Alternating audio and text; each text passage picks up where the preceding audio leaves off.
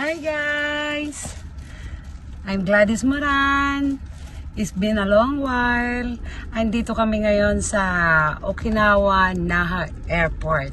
Kaso nga lang naiwan kami ng bus ng 2:40. So walang magawa kundi nag-taxi po kami. And then yung iba mga kasamahan namin naghihintay na din sa hotel. Ngayon papunta kaming Hyatt Regency Hotel dito sa Okinawa. Sana mamaya ipakita namin kung ano yung mga views na magaganda doon at sana magustuhan nyo, no? At kung ano pa kasi first time ko rin dito. Hindi namin akalain na, alam mo, kasi summer, maraming nagbabakasyon din. Kanina sobrang sa daming mga pasahero. So, yung iba, siguro may nakaano na sa kanilang mga sumusundo, no? And then kami, while first time, dapat magbabas. Kaso nga lang, walang magagawa. Ito, taxi na. Dito medyo papakita namin yung dito sa paligid, no? Sa dinadaanan namin dito sa kalsada habang nakataxi kami para makita nyo rin ko yung ibang view bago kami dumating doon sa hotel.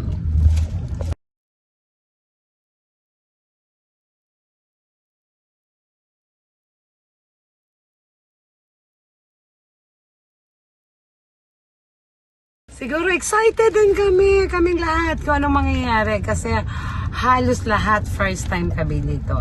Tapos kung anong makikita at mamaya din lahat ipapakita ko rin sa inyo kasi ang tagal ko rin hindi masyadong busy. Sana ito na rin yung umpisa na sa YouTube, no? Ito pansamantala ipapakita namin yung place dito sa dadaanan namin. Galing airport aabutin kami ng 1 hour mahigit bago dumating doon sa Hyatt Regency Hotel. Ito pwedeng pakikuhain ng view. Mukhang maganda yung sa kabila.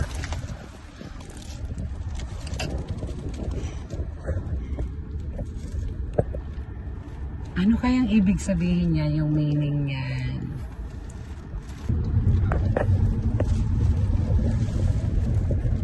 Ayan siya, konti pa lang yung makikita natin. Medyo kinakabahan kami dahil nga first time. Pero okay na, fight na to kasi andito na eh. Kumbaga 2 days vacation, no? Galing Osaka. At pagdating doon, sana magustuhan nyo rin at magustuhan din namin yung lugar at sana magustuhan nyo rin. Ipapakita namin sa inyo mamaya. See ya!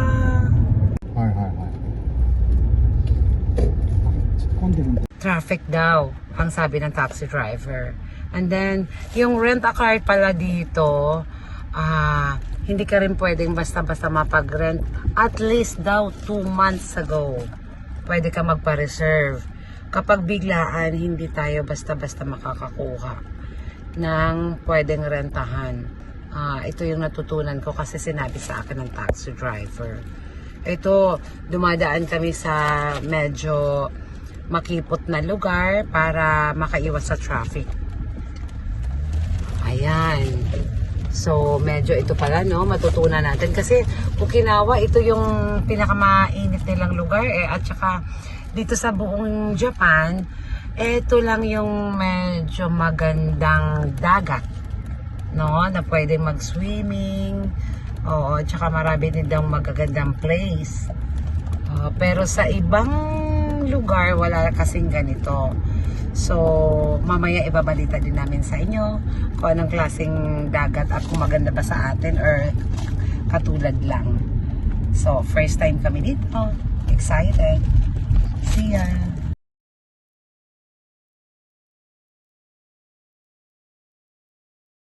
Eto guys, nandito na kami. Papasok dito sa loob ng hotel. At dito na rin naghihintay yung aming mga kasamahan. Ito siya. Nasaan kaya sila? Saan? Saan? Ayun. Yun.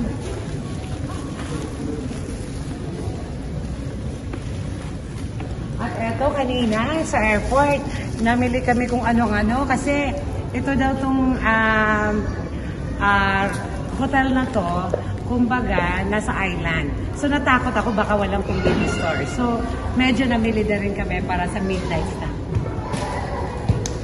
Ayan, at ito na yung iba naming mga kasama.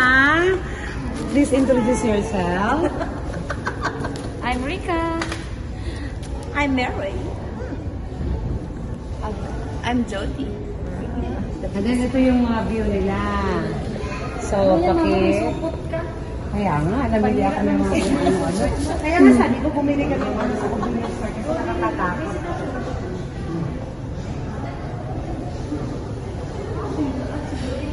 Actually,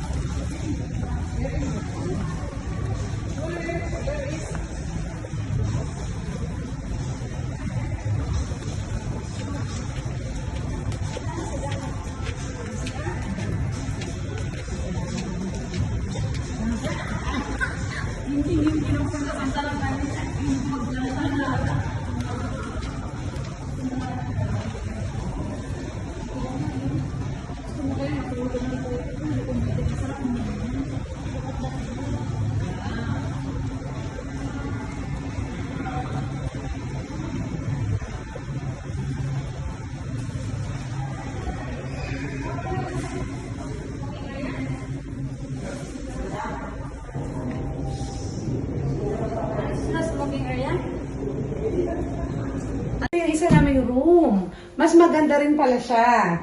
Lalo na yung view. Pareho lang sila ng, ng kwarto. But, ang view lang pala ang pinagkaiba. Ito ha, pakita namin sa inyo.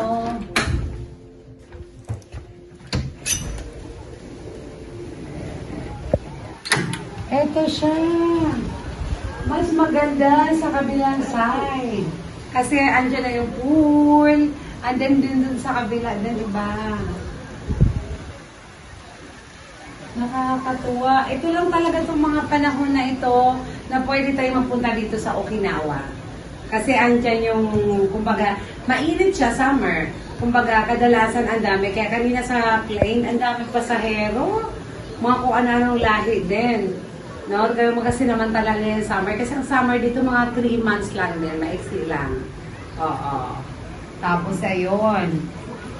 Nga lang, mas marami siyang magagandang dagat sa atin. Kaysa dito sa tingin ko. At ito daw, magbibihis-bihis na rin kaming lahat para makapag-swim na. So, ready na tayo? Ang tagakuha ko ng camera, ready na? Okay, thank you.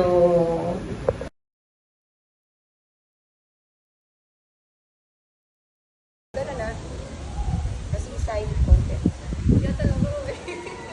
Tapos tingin doon.